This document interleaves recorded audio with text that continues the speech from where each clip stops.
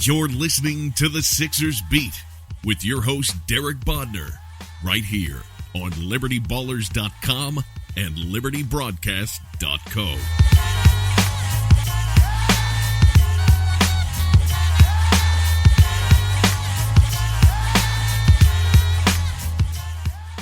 Welcome, everybody. This is Derek. I'm joined by Rich on the latest Sixers Beat, part of the CLNS Media Network. It's been a little while. The last one we did was right before I took off for LA, so before the All-Star break.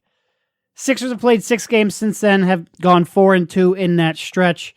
A really good win over the Cleveland Cavaliers on the road, and some taking care of business wins over the Bulls, the Magic, and the Hornets, who had been playing a little bit better of late. But how you doing, Rich? I'm good, man. You've been all over the country over these past couple of weeks here. It's a little more travel than I used to have to do for Philly Mag or for DerekBodner.com. Yeah, that's correct. It's been good. It's been a little bit weird. I think I left Philly and it was like 40 degrees. Got to LA. By the time I left LA, it was like 59. The last day there was really cold, and I flew back to Philly and it was 75. So the weather's been a little bit weird, but it's been great. Between the All-Star game, which, I mean, if we're being honest, the All-Star game isn't any more interesting when you're there.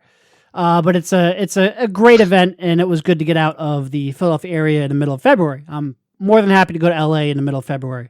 And Sloan, Boston, is just, I say this all the time, it is the best networking event for basketball across the year. And that's just not for people in analytics departments, but you've got scouting directors there, you've got GMs there, you've got everyone in the media there, and nobody really has any work to do because the trade deadline's in the rearview mirror, and there's no games being played, or games have just started picking up. But it's a great event. It really is. Enjoyed it. Yeah, came back with the flu, but other than that, I enjoyed it. Yeah, and you got to see. I mean, the way that our colleague at the Athletic, Sheil Kapadia, described it was the most famous. The biggest rock star there was Barack Obama, of course, but coming in a close number 2 was Sam Hinkie. Yeah, and the fact that Barack Obama got an ovation is probably about all that I'm legally allowed to say about that speech. There was a pretty direct gag order imposed on that one. Which, oh yeah, what was that? I don't know. It was funny because whatever was said, there's really nothing that would have made any news. So I don't know why it had to be that strict. But yeah, there's no video, no photography, no recording, no video, and no tweeting about it was allowed. So.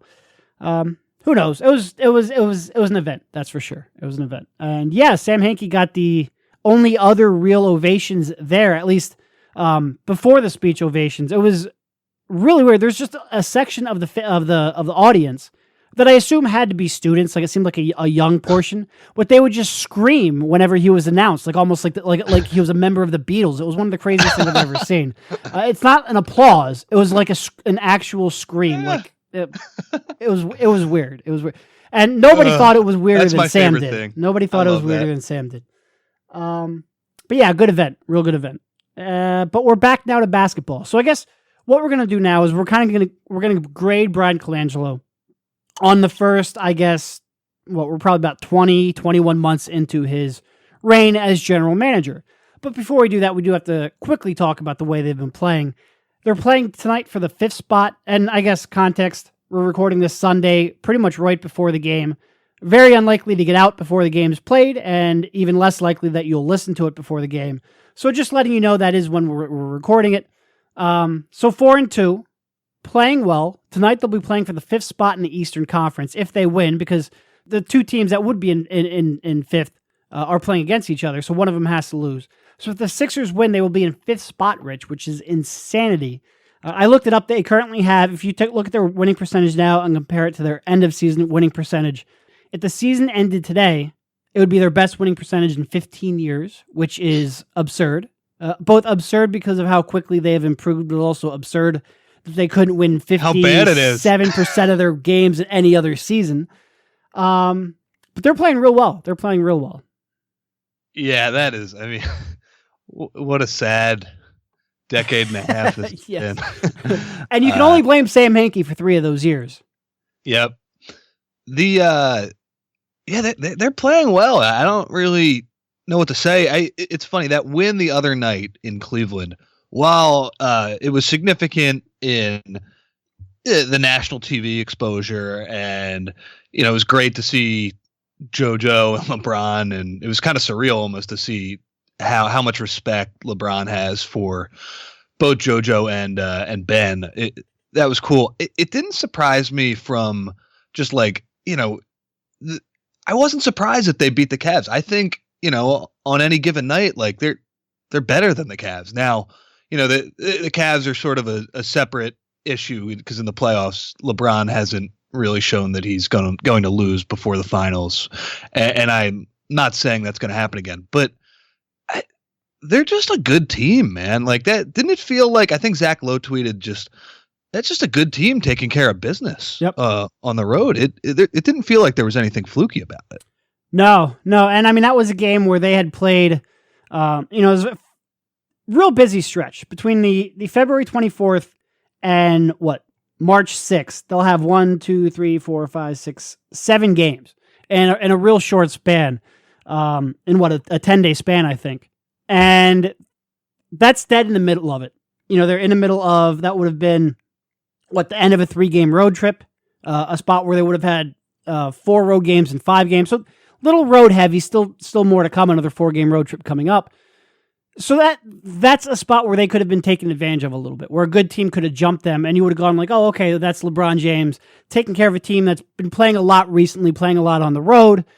And for them to pull that one out, I mean, wire-to-wire win, but also for them to pull away like that at the end, it was really great to see. And even some of these, some of these wins, like against the Hornets, they had to come back against the Hornets, but they executed the shit out of that fourth quarter. Like that was a real well-played fourth quarter on a back-to-back in a game where most teams would have, you typically don't see a team on a back-to-back that traveled that night have that kind of energy and make a fourth quarter run like that. It was real impressive. And even their losses, I mean, look, Miami shot the shit out of the ball. Like that kind of just happens sometimes.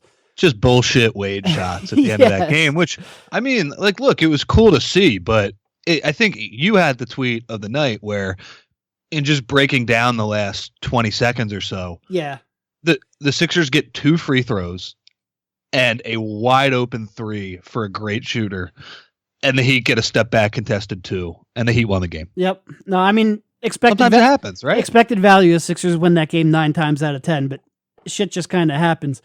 They've been playing well. Really, the only game they didn't play well in was the Wizards game. You kind of say, okay, one game like that's going to happen from time to time. But outside of that, they're playing well. They're doing it at the best possible time.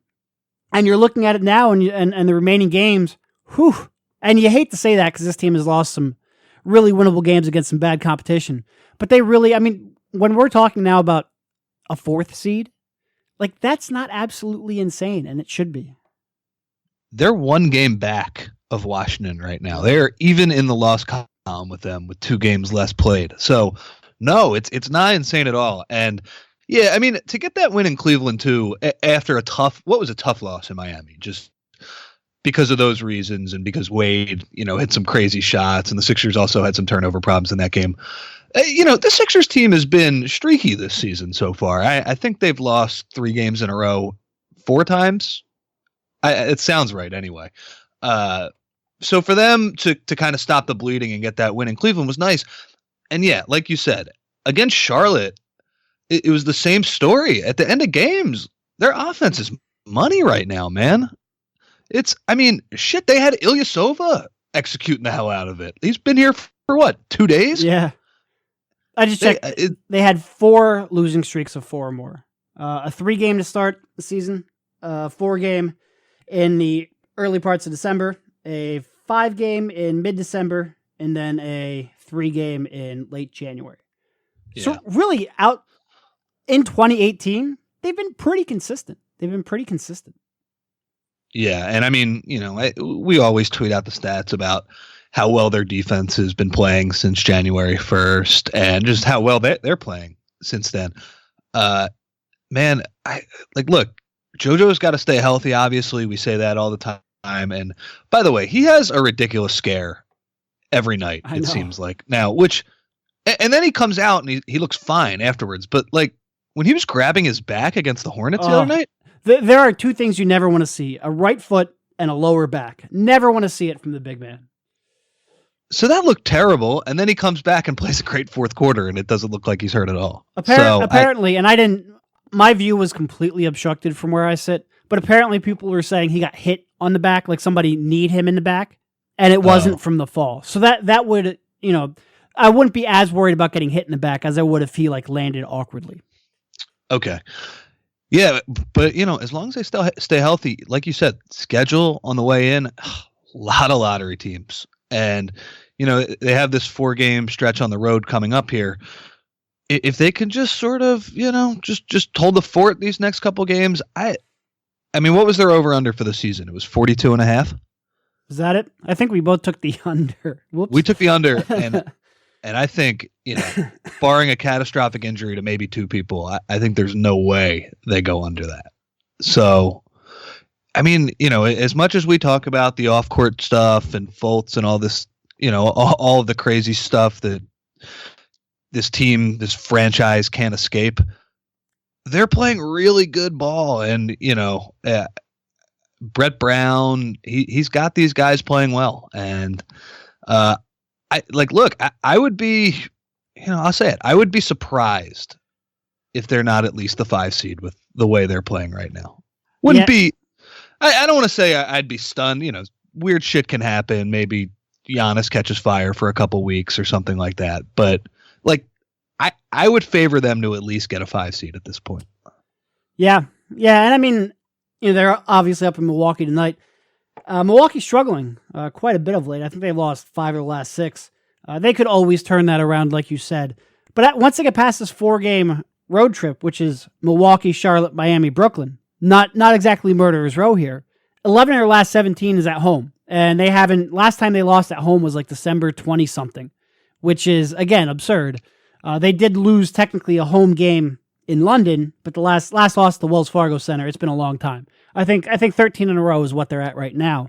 December 21st, I believe. There you go. The last time they lost. I think the Raptors, right? Yep. Really favorable. And again, they have to stay healthy. They have to continue playing well. It looks like maybe now they have some bench depth that Brett Brown can rely upon.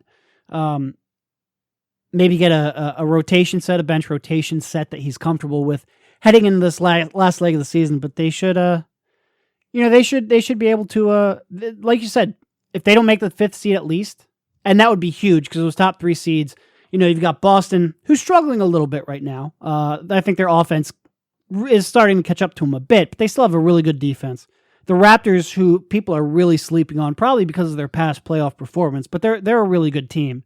And then the Cavs, and look, as much as we're going to debate how much these trades and these roster moves impacted what the Cavs do the rest of the season, really it comes down to how much LeBron gives a shit and how motivated he is and how, not motivated, but engaged he is. And if he is still in a playoff atmosphere, I still expect him to be a completely unstoppable force, and I wouldn't want to see him in the first round. So getting up to that 4 or 5 spot would be huge for them. I guess real quick, just to get you on the record, would you sign LeBron James to a max contract? I would. Okay. Controversial, I know. Me too. But I just wanted to get that on the record since there is another Sixers podcast, the same one that didn't want the team to draft Joel Embiid back in 2014, who now doesn't want them to sign LeBron James if they can. So if Embiid and LeBron ever, lead the Sixers to a championship and this other podcast wants to have another, we were right party to celebrate themselves, which they're very good at doing. Our listeners of this podcast will know that we were on the right side of history with our Embiid and LeBron takes. But they were right. No. Good job, buddy. Pat yourself on the back. No comment. So, wait, and by the way, just a quick point looking at the Sixers schedule and, all of these teams that are going to be absolutely just tanking their asses off down the stretch. I see Memphis here. I see Orlando. Atlanta a couple of times. I'm sure the Knicks are going to be pretty bad down the stretch here. It's going to bother me, the media coverage of this tanking race. It's already started where, you get these national people. Oh man, this is hilarious. Look at all these teams and look at them folding just down the stretch here to get picks or whatever. That's going to bother me. I'm just going to put that out there. Considering that the same people when the Sixers were losing games in similar fashion. They were not too kind to them. So I'm firing a preemptive shot across the bow of the collective NBA media here. This is already going to bother me. But for the Sixers standpoint, there's going to be some really easy wins. Did you see the guy in Boston or the guy in Chicago? No. There was a process debate going on the other day. If you're still in 2018 debating whether or not the Sixers culture was compromised, then you're finding evidence to fit your narrative. Yeah. I don't want to get too into that, but I think I know who you're talking about now. I just don't like when it turns into you're saying it's not going to work for a few years. And now that there is some evidence that it really could have worked, now it turns into, oh, well, anybody could have done that. Right. It's not what we were talking about back then. No, it wasn't. And by the way, if you ask people who really study the draft, a 3-year window does not guarantee you getting a franchise player. Like, you've got to play the margins in ways that work out like the Sixers could have won 50 games last year and still gotten Markelle Fultz. Like, you've got to play the margins, and the Sixers did that expertly, but I assume most people listening to this podcast probably agree with that sentiment anyway. So let's go ahead and shift to rating what's gone on so far with the current general manager. And let's wait. Can we talk about Fultz for a little bit? Oh yeah, of course, go for it. Just to give an update, it's obviously not anything concrete, but all we have are these videos, and we've been over that for a while. His videos the last couple weeks, I don't want to say anything definitive, and I don't want to say he's all the way back, and his shot is fine, and we'll see him playing soon. But is it fair to say it's been a little bit encouraging, these videos the past couple weeks? Like, at least something to monitor. Like, I would say since about like a week before the All-Star break to now, it's been trending in the right direction for sure. Yeah, and I mean, it's I think it was Keith who tweeted these out. These on the road, some of these sort of step back jumpers and spin moves. Oh, I was just adding like a step back jumper flow. Oh my God! Yeah. I couldn't hear what you were saying. Yeah, and that during the calm before the storm, those shots. 7 hours and 13 minutes before the Sixers play the Bucks. Yeah. I love those tweets from Keith. Yeah, so look, it's just been a couple jumpers, but the other day I think the Liberty Ballers account tweeted a video of Fultz actually shooting an NBA 3, and it didn't look awful. Yeah, so I guess full attribution, it was Eric Sidewater, Sixer Science on Twitter. And I guess what I'll say is there was no hitch. And I think that's the biggest thing I took for him. And look, release point was still super low. He shot before he got anywhere near the apex of his jump. There are things we can sit here and nitpick about, but the actual motion was fluid. There was there have been times during this process where it looks like there was an almost virtual wall preventing his motion from going that he had to fight through. I mean, the hitch was that bad. This did not have a hitch. So when you're talking about that range, he could get it from that distance without a hitch. Even though there's still quite a bit of work to be done before that's game ready, it's to me still progress. And I got a little flack because I tweeted out like, this is the best 3-point shot we've seen from Markelle since July, which didn't mean that it was perfect, that there weren't these things that we just talked about that you can nitpick, and that it's game ready. It just means the only other threes we've seen from Markelle since July were in early January, and those look like absolute dog shit. So it seems like there's been some significant progress made over the last 2 months since, which is all I was trying to convey. Yep, and with this subject, if you tweet any sort of opinion, you're going to get a strong blowback from either side of it. Oh, for sure. Where in this case, when you say, "Oh, this looks way better than anything I've ever seen," a lot of the responses are going to be, "Well, it still isn't good," and that's not what you were saying. Right.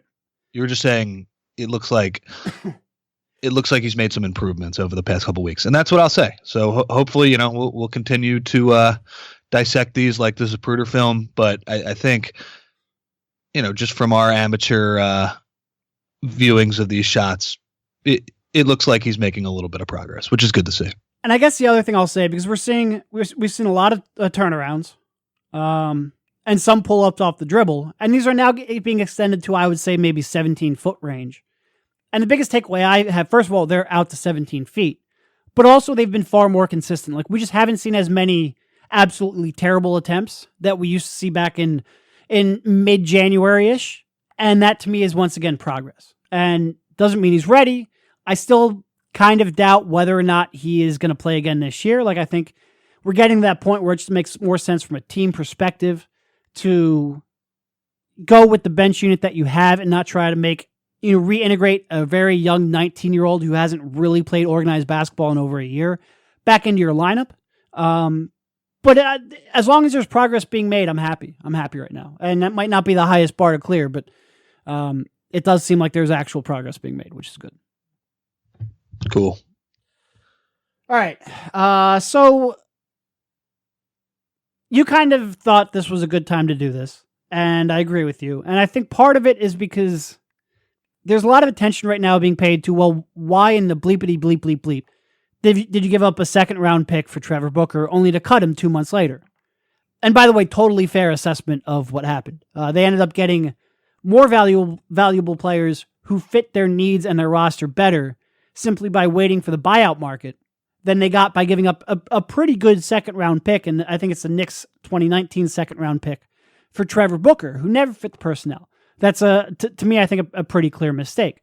But when rating the job that the front office has done, I think you kind of have to keep in perspective how some of the decisions will be worth much more of the final grade than others, that some of the decisions will end up defining the front office's tenure, whereas others will not.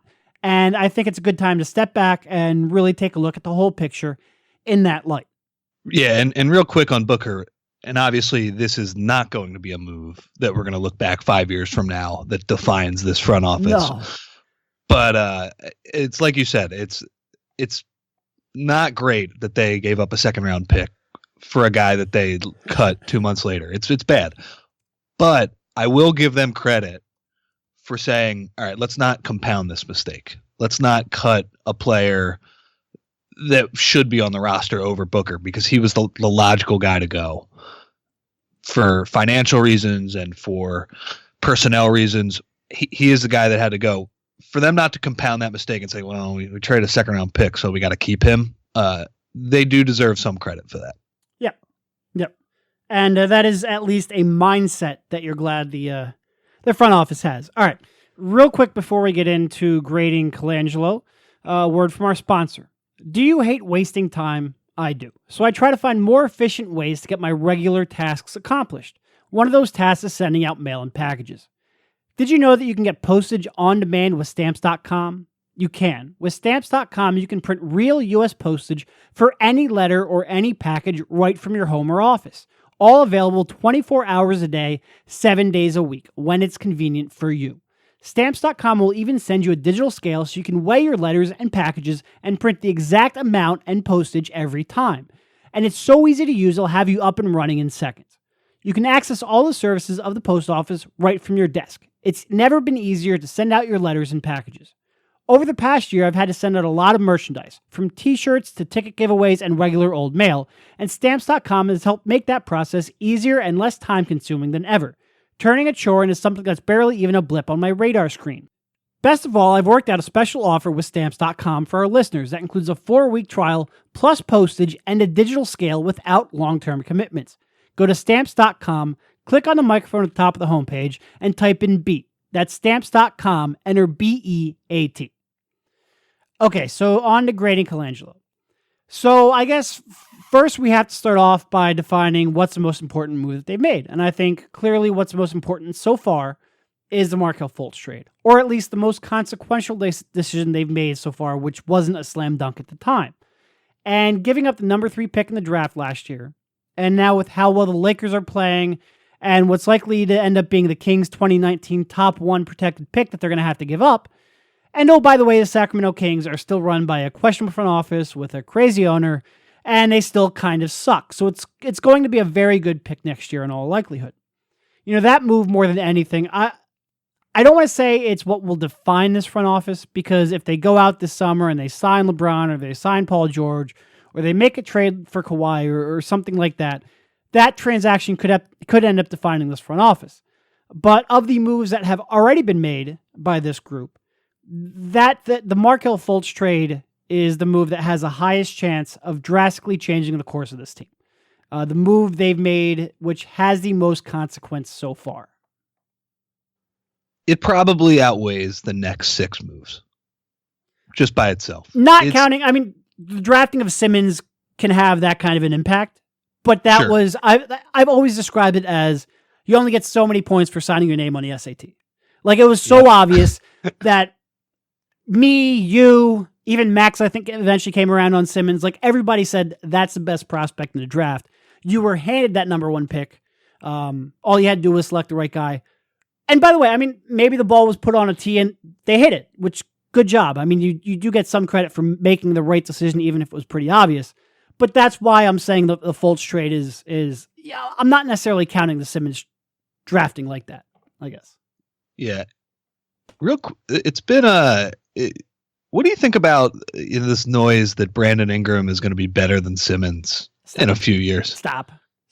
And by the way, I like Brandon. I think I remember leading up to that draft, which somebody said I had Twitter back and forth where somebody tried to say that I had Dragan Bender over Brandon Ingram, which that never happened. I like Dragan Bender. I didn't like him that much. I always had Brandon Ingram was number 2 on my board all year that season. And I think at one point leading up to the draft, I said I would trade the Lakers pick for Brandon Ingram. And I think I took some heat for that. I like Brandon Ingram a lot. I liked him before the draft. I liked the progress he's made this year. Ben Simmons is a better player. He's a better defender. He's obviously the better shot creator and distributor. He's a better rebounder. And there's just a physical element to him that if he even gets anything resembling a jump shot, he's going to be a real problem. He's going to be a real problem. And look, I get the idea that Ingram has a better looking jump shot, even if it really hasn't gone in all that much in his career early on. And I know he's playing a lot better recently and is a year younger than Simmons and can develop, in terms of putting on weight. It just drives me crazy that he gets the benefit of the doubt when it comes to projecting his skill set ahead. And Simmons, it's like he's this finished product at 21 years old. Yeah. I get it. Like, and look, Simmons' jump shot is really concerning to me. He very well could be shooting with the wrong hand, but he still has, that sounds ridiculous every time we say it, but it's not wrong. But he still affects the game in so many more ways than Ingram. And Ingram has a lot of catching up to do to get to where Simmons is now. I guess that's my only point. I think it's a little strange that narrative got a little bit of buzz over the past week. Yeah, I think maybe part of the reason is that when you look at Simmons, maybe you say, okay, well, his biggest weakness in shooting is also maybe one that you don't have a whole lot of confidence he's going to correct. So the likelihood of him improving drastically isn't as high as Ingram, which I understand logically, even though I don't entirely agree. Like, I think there's so much better Simmons can get in drawing contact and his touch around the rim. That would make him so much better as an individual scorer and even as a 15-foot shooter. Even if I don't see that 3-point range being necessarily likely, I do think he can improve as a 15-foot shooter. So I think there's a lot that Simmons can improve, and I think people undersell how much there is, but that one weakness is so glaring, and it is legitimate to ask whether or not he's ever going to fix it completely, that I do get a little bit of that. But look, going back to it, Ingram's playing real well. Like, since January 1st, 16.3 points per game, 5.3 rebounds, 4.6 assists, which I think is maybe the most intriguing number of those, shooting 50% from the field and 44% from 3. Those are incredible numbers. Like, they're really, for a 20-year-old, is he even 20 yet? I don't even know. For a real young player, those are real good numbers, no doubt. Simmons just, I take Simmons' whole package. I think Simmons right now, and this is probably something where it might not be obvious, especially if you're not watching both teams a lot. I think Simmons is 2 or 3 steps ahead of Ingram as a defensive player. And for Ingram, this is something we said when he was back at Duke, but for somebody with his length and size and quickness, I don't think he's as good of a defender as people make him out to be. And right now, I think Simmons has been far and away better than any of us expected defensively. And there's a pretty sizable gap between those two, especially when you want to have a switching scheme like the Sixers do. I think Simmons has more upside. I think he's a better player now. But I also, I don't completely mind that people are getting really excited about Brandon Ingram. There's still just a weird contingent out there who thinks Simmons is a stat-stuffing, non-winning player. And that's the aspect I don't get more than any optimism around Ingram. Yeah, I guess that's what bothers me. The projection using Ingram being better than Simmons as or potentially as some sort of knock against Ben's, as this finished prospect who, just racks up assists but doesn't help a team. It's the same thing with the idea. I always hear about Donovan Mitchell carrying a team to the playoffs and winning games. It's like Simmons' team is better. Right. What's going on here? I know Embiid is the driving force of that, but come on.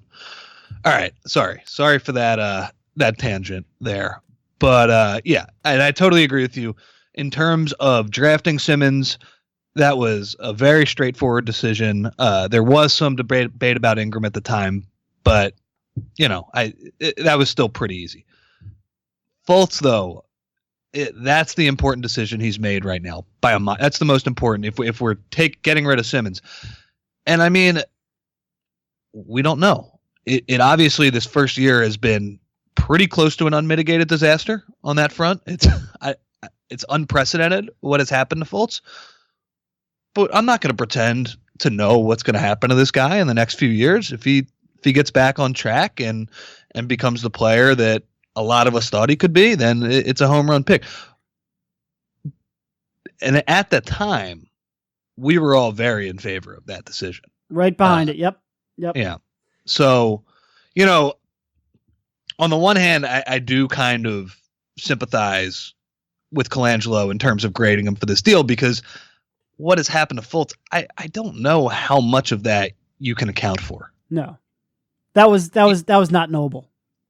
Yeah, and I mean, you had your report where people around the league are whispering about his shot being changed.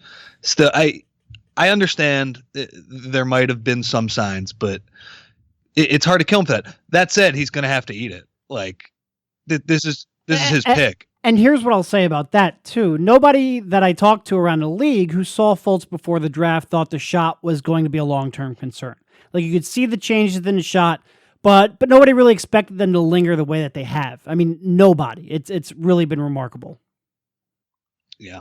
So I guess to sum all of that up, the way I'd put it is, when we talk about the job Bryan Colangelo has done as the Sixers GM, not focusing on anything other than the Fultz pick is a little bit of a waste of time, I'd say. I think this is far and away. And look, we're going to talk about all the other stuff he did, but you have to keep in context, like, this is the most important thing he did by a mile. Yeah. And maybe that changes when they use the cap space, because the cap space is a one-time only kind of thing. And you have the chance of either really getting an impact player or really, hamstringing yourself for quite a while. So I think these decisions coming up this summer potentially could end up being just as important. Maybe not for the next decade, but certainly for the next 3 or 4 years. But I do agree with you that you can't grade it. And I was behind the trade at the time. I understood the risk of it. I understood that trading 2 high picks, was pretty much the antithesis of the process. I do think it's not quite that easy. And, people always say, would Sam have done this? I don't know whether Sam would have done this, because a lot of that hinges on their evaluation of Markelle Fultz. Like, do I think they would have traded 2 lottery picks for Karl-Anthony Towns? In a heartbeat, without even thinking about it. So it very much comes, and I don't think anybody had Fultz rated as a prospect as high as Towns, but I'm just saying there's, it's not just 2 picks for one. There's a lot of nuance in there. And I do think they placed a lot of emphasis on the number 1 pick too. I hate that question. Would Sam have done it? You just don't know. You don't know. He didn't live by these hard and fast rules, like 2 picks for 1. No, like, a lot of it came down to the situation for sure. The way that's framed as a philosophical question, would he have done it? Well, it depends on what he thought about Fultz. Right. Very much. That's an evaluation question. Yep. Certainly. And I mean, anyway, we could go on about that. There's the both sides. I remember at the time Howard Eskin said, "Oh, well, people told me Sam would have never done this," and he tried to use it as a negative towards Sam. And now process trusters are like, "Oh, Sam would never have done this trade as something to defend Sam and to bury Colangelo, and I think both of them are kind of misguided. It really depends on how Sam would have evaluated the top prospect in the draft and the gap between him and who would have been there. So he was watching him, that's for sure. Oh, he was definitely watching him. So yeah, it's tough to really grade. I will say right now, knowing what we know now, back in January, I believe it was on this podcast, I said, I think if you put a gun to my head, I think Markelle finds his jump shot again. Like the fact that he could do it once, I think he's going to end up doing it again. And that was at probably the darkest point in the timeline. So I think over these last 2 months, where it seems like he's recovered quite a bit of that jump shot, I think you have to be a little more encouraged even than that point.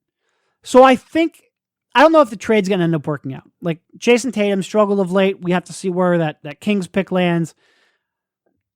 It could end up being a lot to give up. It could end up being that Markelle Fultz is the perfect third option on his team. But I think there's a little more optimism now than there would have been 2 months ago.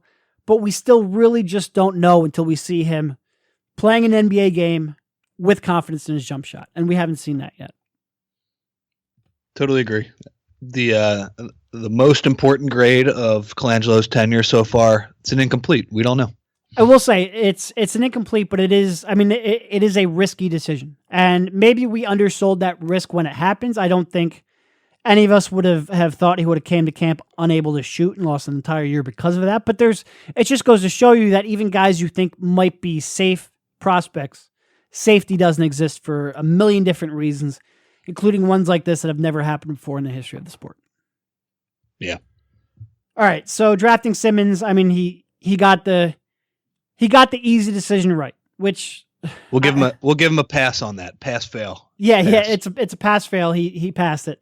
And look, I don't want to I've probably spent the entire time right now underselling it. Like it's really important he got that right. And considering he was on the job for maybe 2 months at that point, it's crucial that he did get that right.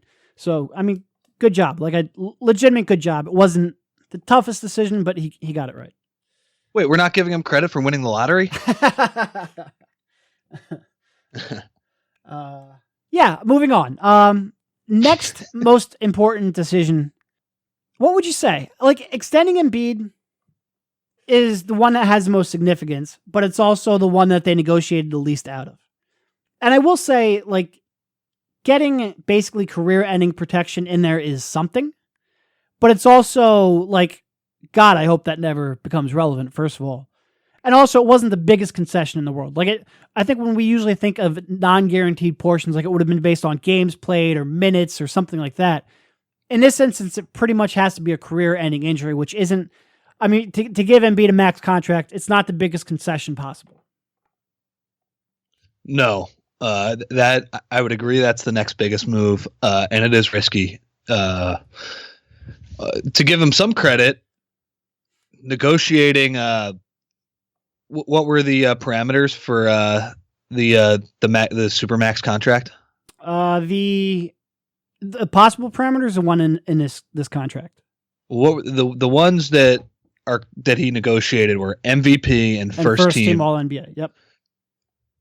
Kind of quietly getting defensive player of the year out of there. Yep. Could save the Sixers $5 million a year. And even second or third team. That's not frequently done. So you are right. Getting those, that's probably going to end up being more relevant than the max protections that were discussed at the time. Like, I think we all focused on the max protections. I think this ends up, the Supermax negotiation ends up being the more relevant one. I mean, we'll see how the voters. I have no idea how they'll decide, but in terms of the normal defensive player of the year guys, the guys who have the reputation, Kawhi's out. He's having, he basically hasn't played this year. Draymond, the Warriors defense was bad for a few months there. I'm not sure he would get it. Gobert has missed a ton of time. I think Embiid has a really good chance to win defensive player of the year. I mean, Gobert can't win it. He's only played 37 games. Yeah. So, I mean, if Embiid can't beat out Malcolm Brogdon because of games played missed, then Gobert shouldn't be able to beat out Embiid. Yeah, no, I think he's got a real chance at defensive player of the year for all the reasons you just stated. I think his biggest challenge is still probably going to end up being being Draymond. There's just a reputation there. And I mean, he is still a fantastic defender that I think that's going to end up being his biggest challenge. But quite frankly, I think Embiid's deserving this year.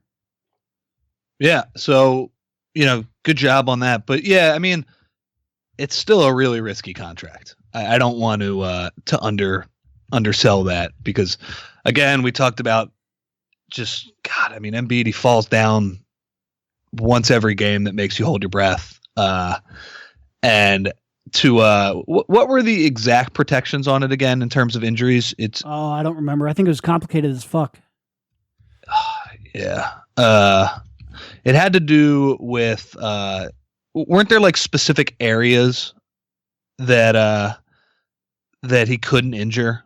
Oh, I'm sure it was the foot. I'm sure it was a foot. Yeah.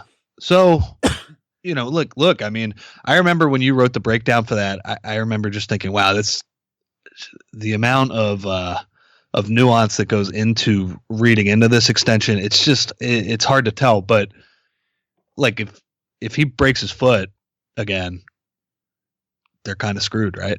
Yeah, but here's what I'll say. With the way he's played, the only real risk now is if he breaks his foot over the remainder of the season.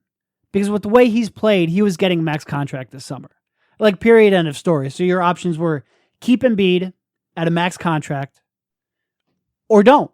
Like, there was no world where after what he's shown this year, he was going to walk away with anything other than a max contract. Yeah. So giving him that early, it's not really, I always said the risk was only this year. If he gets hurt next year, then this isn't, I mean, it's a risky contract, but it wasn't risky to sign him to an extension early. In fact, it was probably less risky because after this season, you probably don't get those career-ending provisions that you got back then. And if he qualifies, let's say he qualifies for a supermax, you might end up having to give him that too. So I don't, at this point, I don't think it's necessarily all that risky. I think the supermax walk down that you got was worthwhile. I think the career ending was worthwhile. And I think at this point, he's showed enough where he's getting a max in free agency anyway. And I don't think any of us talking on this podcast or listening to this podcast would have been okay with them turning down a max next summer. So I have to say this deal was a win. Yep. And I mean, when I talk about the risk, this guy's a risky player, but he's your guy. Yeah, he has to be your guy. You don't justify the process like we did and the rebuild like we did solely based on getting a top 5 player who can attract other stars and then turn down a top 5 player, when he turns into a top 5 player. Like, it's just not an option. All right. At this point, the Sixers just have to roll with JoJo's strengths and weaknesses. I mean, that talent level, we talk about it all the time. He wows us every night. That's part of it. But the other part is, his injury history is pretty concerning. And I mean, I think everybody knows by this point where we stand on that. We'll roll with that and take the risks and, hope it all works out. But to give up that level of talent, you just can't do it. No, you can't. Absolutely not. All right. Next move, extending Covington. I still think this is a pretty big win. To get him on I think his contract next summer is 10.4. To get him on that contract, even as a streaky shooter, with that kind of defender, that kind of versatility, and what he can bring to you when he is making shots, like I think he's going to be, if you need to, I think you can move him. I don't think he's going to have negative value. And locking him into that deal allows you to realistically go out and clear max cap space next summer. Yeah, I think they did a really nice job on this. Look, Cov shooting has been poor for 3 months now? Yeah. But the guy still gives you max effort on the defensive end. And when he is locked in, he's one of the best 3-and-D guys in the league. And it was good to see him get on track a little bit the other night against the Hornets. The Sixers are going to need that in the playoffs. They're, in terms of like what can raise their ceiling against some of the best teams in the East, it's him making shots. So yeah, I mean, what he's at 10 million basically for the next 4 years after this. Yep. It's just like, again, he didn't acquire him. He didn't find Covington, but from when he inherited him, I think this is a pretty big win. Yeah, and again, it's not quite it's not nearly as obvious as drafting Simmons or as consequential, but it's not as obvious as drafting Simmons. Like a lot of us speculated beforehand, dating back to last spring, that this is what they should do. But still, they ended up they resisted the urge to go out and spend that money in free agency to maybe get a little more depth for a playoff run this year, and instead earmarked that for a guy that they have pegged as a long-term contributor on the team, got him below market value, and because of that now have some flexibility this upcoming summer. I think it's a pretty easy win, even if it was, again, something that a lot of us saw coming. Yep. Used, was given that level of cap space and preserved the level of cap space over the previous summer. And I mean, the renegotiate and extend, like, look, this was something that a lot of us saw coming down the pike. When did you write about this? Early in the summer? Oh, I think the first time I wrote about it was back in March. Yeah. So, but look, he got it done. He clearly knew the market and knew what Rocco and his agent were going to be willing to accept. And yeah, I mean, in terms of Rocco too, that is, if they were in need of clearing salary cap space too, I look at it as a very tradable contract as well. So I think that's a pretty big win. It's good to have Covington locked up at that number. Yeah, and I've seen some people say like, oh, they got, they bought into his early season success shooting the ball. Like, no, they were doing that anyway. There's a reason they stopped where they stopped in free agency and didn't spend a dime after the middle of July. Like this was on the the pipeline for a long time. Had nothing to do with his early season shooting. If anything, it probably just made Leon Rose, his agent, a little annoyed at that early season success. But no, nothing to do with it. So we're giving pretty high marks to Colangelo so far. Looking back, and this is, I think, kind of the point that we wanted to reiterate on this podcast. We've gone through 4 transactions, 3 of them wins, and 1 of them an incomplete. And those still are, that overall grade is still an incomplete because that Fultz trade carries so much of that final score. Yep. All right. So to me, there's really 3 more moves that have any real consequence to them. Then we start really nitpicking, including the Booker trade, which, as frustrating as it is to give up that pick, is a nitpick. The Bayless signing, which we can probably do this one real quick. Huge loss. Like, just a complete mistake.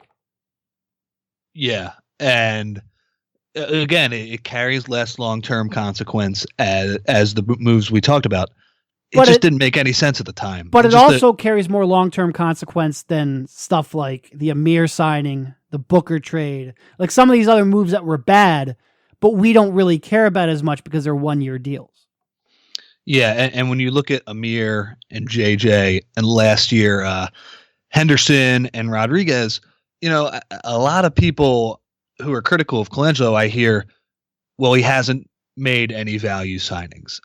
And while I agree with that, like in terms of the Hinkie special and the contract that Covington and McConnell are on, while I agree with that, the value in what Colangelo has done is that he has used his short-term cap space and kept these contracts at 1 year.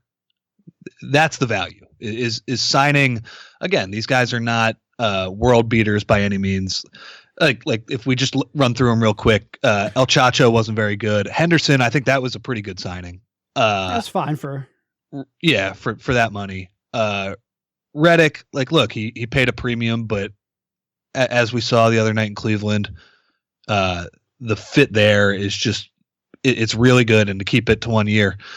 And even if he misses the $23 million jump shot in Miami a few days ago, I think I have been overall pretty pleased with the JJ Redick experience. And I mean, Amir, I could take it or leave it, but I do think Amir, he does provide some value in terms of playing backup center and in terms of, playing in the and being in the locker room. I don't think that's a great signing by any means, but again, it's a 1 year deal. Bayless, 3 years. Come on. That's just, I mean, at the time, what did we say? He signed to 3 years, $27 million, I believe. Yep. Is what it was. I think literally at the time we said, why couldn't this be 2 years, $27 million? Yep. Would have been much better. Higher annual value, fine. I don't give one bleep about that. But to have that now hanging over you as you go in there, and I always say, like, what they're maybe at 23 million in cap space, just guessing. That 8 million, whew, that's a big deal. That's big. Yeah, you can stretch them. You're still going to end up having like a nearly $3 million cap hit for the next 3 years, which is not great. It's not as bad as 8 million this year, but it's still not great. And that was all completely avoidable. And Colangelo always said we need to have that one signing we have to overpay. And I don't know if he said this, but it was pretty clear. We have to overpay to make us legitimate, to make us a legitimate destination. No, you didn't. Because JJ Redick came and he signed the following summer without 3 games played by Jared Bayless. Like, there was no reason that had to be a 3-year deal. It was just insanely frustrating for a guy who A, wasn't that good, B, is now completely out of the rotation, and C, is going to end up hurting your cap space in a very, very pivotal free agency this summer. Just huge miscalculation.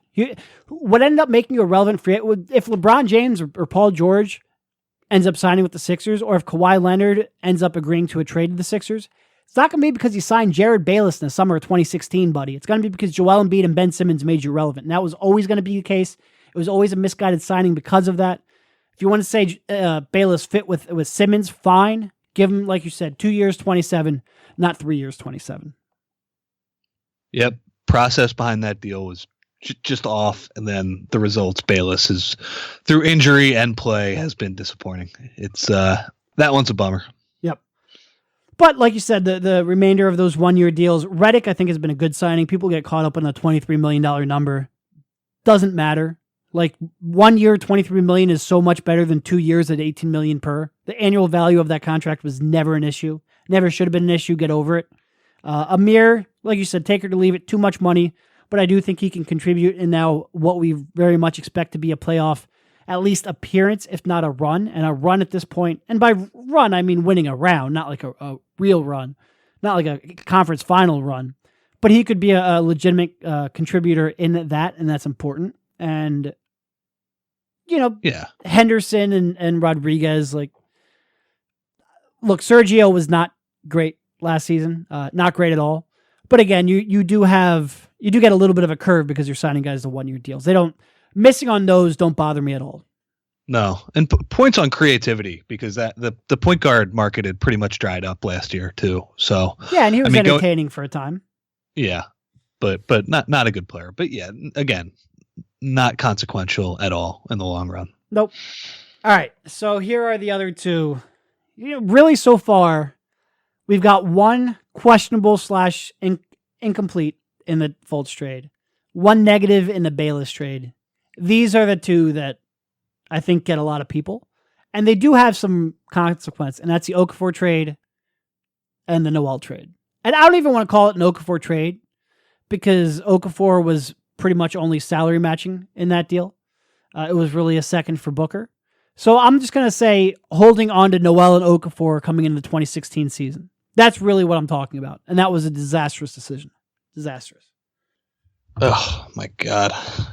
Remember when he made the point to at the beginning of training camp, we actually have Rashawn Holmes too. Don't sleep on him. Yeah, and it's now he can't get off the bench.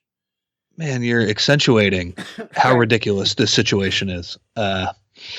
Yeah, he look, I don't pretend to know exactly what offers were on the table for both of these guys. As soon as but look, they're 2 former top 6 picks, and in both cases, for Okafor, I mean, he used them as salary matching, as you said, and Noel, he got a fake first round pick for him. And look, I don't believe there was a Godfather offer for either of those guys in that first summer he took over, but it's pretty clear he could have gotten something better than what eventually happened.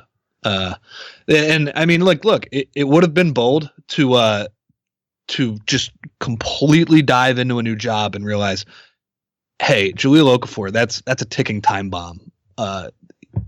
maybe we can get, I don't know exactly what they could have gotten of value, but he needed to realize right away, this guy hurts you actively when he's on the floor. What was the tweet the other day on cleaning the glass? He is the Nets are like a 2-82 team when he's on the court. Yeah, 2-80 team, which is amazing. I don't think it surprises all that many people on listening to this podcast. He needed to realize that and try to, I think, like you said, we've talked about this. There were still people around the league, and again, teams are smart. They understood Ja's weaknesses, but there was still a level of intrigue with this guy as a big guy who could score. And I mean, look, they didn't get anything of value for them. And again, with Hinkie, we saw with MCW coming into Philly the other night. I mean, that guy, what do you think? MCW is going to be out of the league pretty soon? Yeah. Yep. And I mean, like, look, if you want to discredit the pick a little bit, that's fine. But his ability to gauge the value of his own players and realize, okay, we need to pivot here and look long term, not because I'm trying to kick the can down the road, but because this is what the best thing is for our franchise.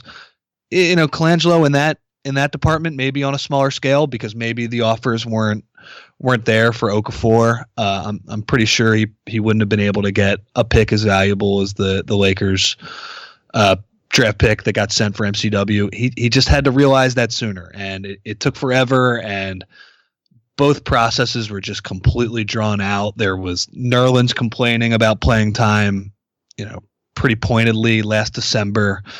There was Ja he was fed up, in training camp this year. These two were definite losses. Yeah, and I think there's two key points here. First of all, people will say, well, look at how Okafor is playing, look at how Noel's not playing. Clearly, like, why would you think they could get value for them? Well, this is pointless. Going back to the MCW thing, what he's worth now has nothing. It's all about opportunity cost. And no, there wasn't an MCW type trade out there. I don't believe that. But I do know from talking to people that there was real legitimate, when he inherited this team in, was it April 2016, May, somewhere in there. April 2016. Okay. When he inherited this team in April 2016, there was interest around the league in both of these guys. And Nerlens' interest was a little wider. Like, there were more teams interested in Nerlens, but they weren't quite willing to pay as much. Whereas Okafor's interest was a little centralized, but the teams who liked him still really liked him. And there was interest in there. And again, another thing, this isn't hindsight. Like, you can go back and listen to the podcast we did after that lottery in May 2016, where we said, look, you can't go into it with these four big men and also Ben Simmons. Like, you just cannot go into the season with this kind of depth and glut at the center position. You're going to lose value because you can't put these guys in a spot where they can all succeed, or at least succeed relatively in Okafor's case. So it was clear to us first of all, it was clear to us that Okafor was a depreciating asset. Like, we were very anti-Ja at that time. And it was also clear to us that you can't have these four players fit in a way that's going to help them improve their trade value. And it was clear some of them were going to get upset about playing time. Like, all of these were very foreseeable consequences to a decision to keep these guys on the roster through the start of the season. And look, Colangelo's indecision cost them multiple first-round picks. There's no other way to say it. And I know that for a fact that both Noel and Okafor could have gotten a first-round pick at least at that time.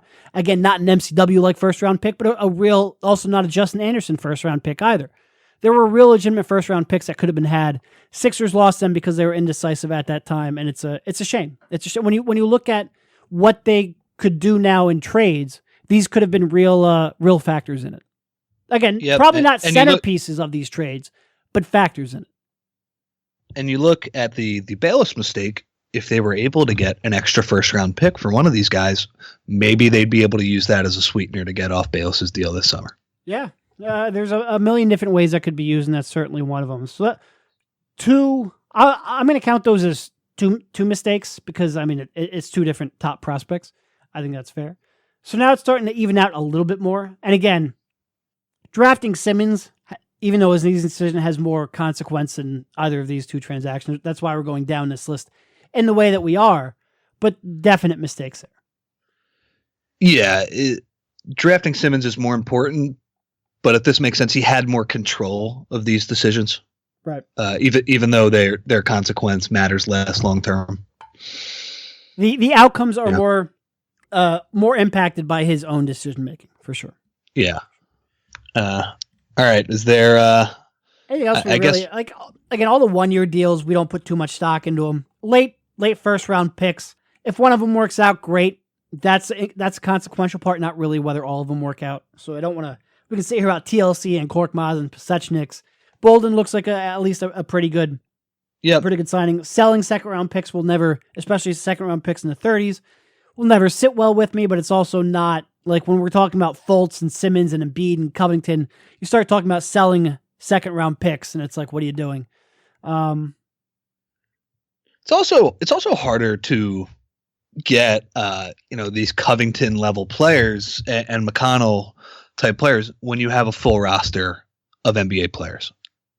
That's really dawned on me over the past couple of years. Was not only was the process great in terms of getting these top level players and getting Simmons and Embiid in 3 years is just fantastic, but it was also great to just give these guys playing time and just churning through, because the detractors of Hinkie will say, all right, great, he got those 2 players, but how many guys were recycled in and ended up not playing anywhere? Point.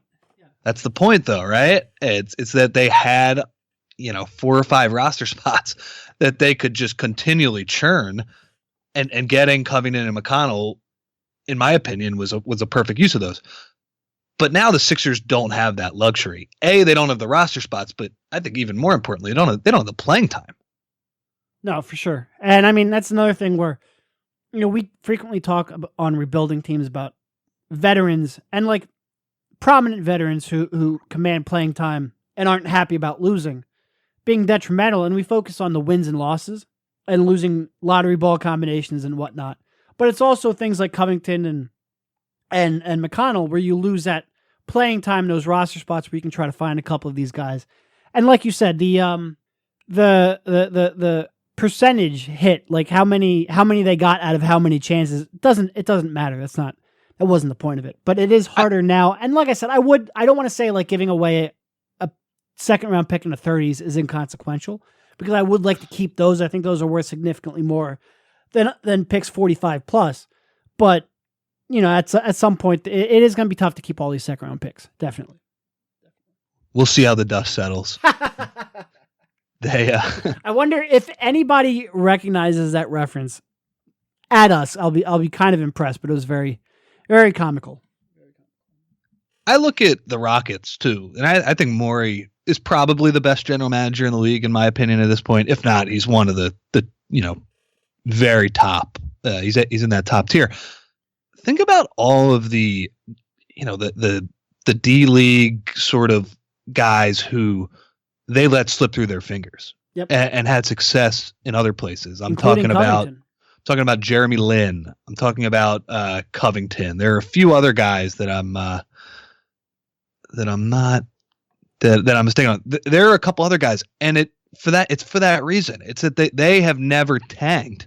So they've always had an NBA roster. It's not like Morey didn't realize these guys had some value or could be good players, but it took the Sixers situation for them to develop. And what do you think? I was just watching the Thunder game the other night. Jeremy Grant looks like he's playing pretty well. You think that has any consequence moving forward? The Ilyasova trade? What was the pick they ended up getting back for him? They got it. It was a heavily protected pick from the Thunder. It's still in the future. Remember, because it was 2 years after the Thunder had to make another trade. So basically, I believe it's a 2020 first round pick, and for 3 years it's protected 1 to 20. Okay. And then it becomes a second if not. Which, I mean, with the core, a lot of it depends on Paul George and whether or not they end up keeping him around. But there's a chance the Sixers could get that pick in the 20s. No, they traded it though for Pasechniks. Oh, okay. And Grant is is this the final year of his Hinkie special? I think so, yes. Yeah, and he's playing pretty well. He still can't shoot, and that's kind of tough. That's kind of tough on a Sixers team. But with where the NBA is going in terms of switchable forwards and guys who can protect the rim and come from the weak side, I like Jeremy Grant a lot. I think he'll probably end up being a better player than Pasechniks if I had to put the over-under on it, but I'm just not sure he's going to fit with that kind of shot. I mean, he's shooting 63% from the field, or from the free throw line, and 26% from three. That's tough, man. And I remember last year when he joined the Thunder, like he shot the ball decently from the perimeter. And whenever Jeremy Grant shoots the ball from the perimeter, it's like, all right, but let's see whether or not that one holds up. And so far this year, it hasn't. Yeah, I'd love to see him defend next to Embiid. I think they could. I mean, that would be some real violence at the rim, yep. Like actual violence. It would be really hard to score on them.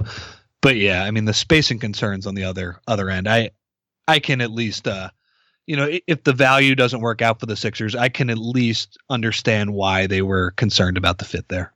Yeah, and I like Jeremy quite a bit defensively, like a ton defensively, and he would have been great to watch on that end. Really good for late game substitutions, I guess. I don't know. No, yeah. I like Jeremy a lot. It's just the fit would have been, especially with, like, you put him on the court with Simmons, and it's just, what are you doing offensively? I don't know. Yeah. All right. So let's wrap it up. So I guess, what do we have on the six important ones? We had the big incomplete, or the seven important ones. The big incomplete on the Fultz deal. The signings and the drafting of Simmons were all positive, and then the Bayless signing and the big guy trading the two young big guys were negatives. So yep. I guess, how would you sum up that? How would you sum up Colangelo's first 2 years here? C, right around a C, maybe. It's tough with that big incomplete being the most important one. Like, it's real tough. Like, it feels like any grade we give is completely premature. And also, the way I look at it, the Fultz trade is the biggest of consequence. And the free agency decision and what they do with the cap space over the next 2 years, next 2 summers at least, is probably the second biggest decision. And to have 2 of those still outstanding, there's a lot to be written on the Bryan Colangelo resume. So I would say right now, right around a C, with room to go with a lot of room to go in either direction. I think what I would push back on, though, I think a lot of people look at it like, Bryan Colangelo is gonna justifiably mistake you to death, is the way I think I've heard it phrased. Like, a lot of these decisions from the Bayless, which I don't think the Bayless one is justifiable actually, but the Booker trade, the Amir signing, none of them outwardly awful, but they're gonna, kind of deplete the Sixers' asset base until they have nothing left, and end up ruining a really great chance. I'm not sure I see that as much as it's these really big decisions that he still has to make, or that he made in the Fultz transaction, which is going to end up defining his tenure. Yeah, I don't necessarily agree with the paper cutting the Sixers to death. It's a much better way to phrase it. Yep. The big decisions are what matters. And yeah, I would agree with you. I would say C, but a C with only 20% of his grade in. Right, exactly. Right? Exactly. He's done a couple of homework assignments and hasn't yet had the midterm or the final graded. Nope. Even though the midterm happened almost a year ago now, which is awkward. Yeah. So, yeah, I mean, the professor's taking a little while to grade that one. Right. Yeah. So, and I think that's the point, and that's the conclusion I'd come to, is that, we can talk about these moves, and we, obviously we're obsessive in tracking everything the Sixers do. But in terms of GMing, there were always going to be a couple of transition years for Colangelo here, and especially when your most important decisions involve the draft.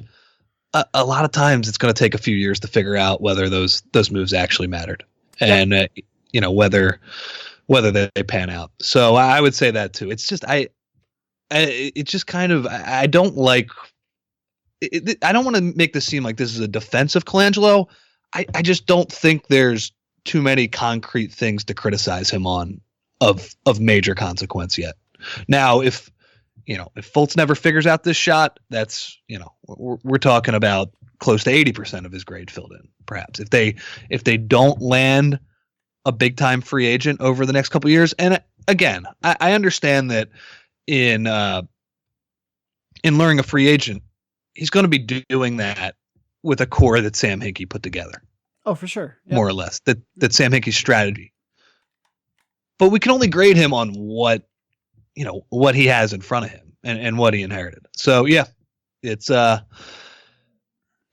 don't think he's been great so far. I don't think he's necessarily been terrible, but there's just still so much out there that needs the dust needs to settle on Colangelo's tenure. Yeah, I mean, and going, that's one thing that I'll give him a win in his favor too. Like, one of the big things I feared is that he would go out and make such wide-ranging changes to make it a little less obvious how much of a fingerprint Sam Hinkie left on this franchise. And he hasn't done that at all. Like, Brett Brown's still here. The cap space is still here. The Markelle Fultz trade kind of, tapped into that. But by and large, he hasn't made the wholesale changes.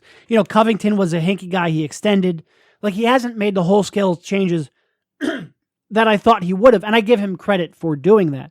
I think, like you said, at some point you're going to say, okay, these free agents ended up signing because of Embiid primarily, and that's Hinkie's influence, and the cap space is Hinkie, and it's really hard to avoid that, including when people like you and I point that out. Like, I know at one point, heading into Markelle Fultz's freshman season at Washington, I said, man, if Luka Mitrovic and Arturas Gudaitis ever turn into Markelle Fultz, I'm going to be insufferable, because you have to remind everyone how you got there, and you have to give Hinkie credit for that, and you still have to do that. So Colangelo resisting the urge to kind of imprint his own stamp on this organization, I think, is at least a little bit admirable. I agree. He has not operated in a manner where he's trying to chase basically our grades and trying to chase credit, which is good. I mean, sometimes when he had that fake first round draft pick and all that stuff. Yeah. That was pretty bad. It was so bad. Like, it had been pointed out so obviously that this was all for marketing purposes, that by the time he had his press conference, he had said, guys, look, I understand this is very unlikely to convey.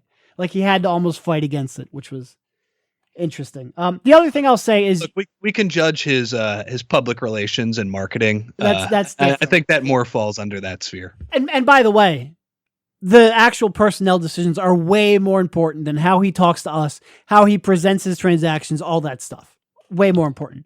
And I guess the other thing I'll say is maybe if you want to look at some of these misses and say you question then whether or not he's going to end up getting these big decisions right, I think that's probably more of a fair way to judge it, regardless of which direction you go in. I'm not going to tell you which direction to go anyway, but that's probably more what you should do is read into it rather than say these decisions are crippling their future. Yeah.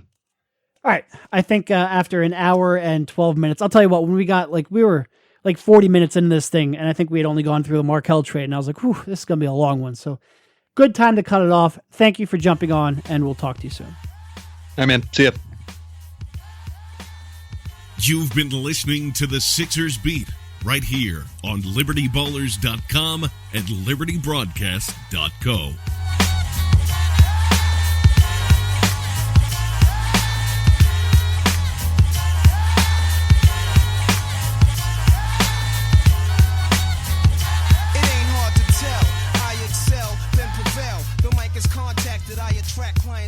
My mic check is life or death, breathing a sniper's breath. I exhale the yellow smoke of Buddha through righteous steps, deep like the shining.